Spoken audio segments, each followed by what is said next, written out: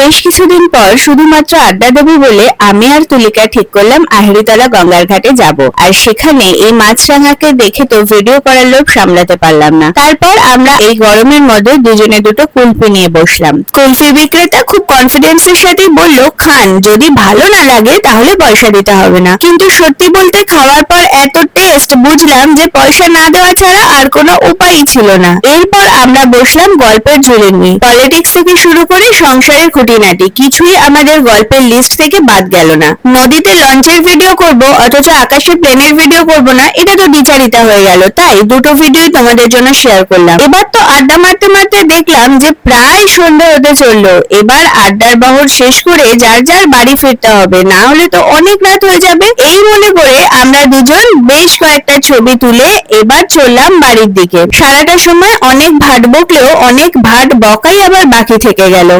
চলো এবার তো অটোতে উঠে পড়লাম। আর এই যে এই ম্যাডামকে দেখো, ইনি তো এখনো ভাট বকেই চলছে অটোর সামনে দাঁড়িয়ে। ওর কাছে যদি এই ভিডিওটা যায় তাহলে এটাই আমার শেষ ভিডিও ধরে রেখো। চলো এবার ও তোমাদের যেমন টাটা করলো আমিও টাটা করছি। পরের ভিডিওতে খুব তাড়াতাড়ি দেখা হচ্ছে। ভালো থেকো। চলো বাই।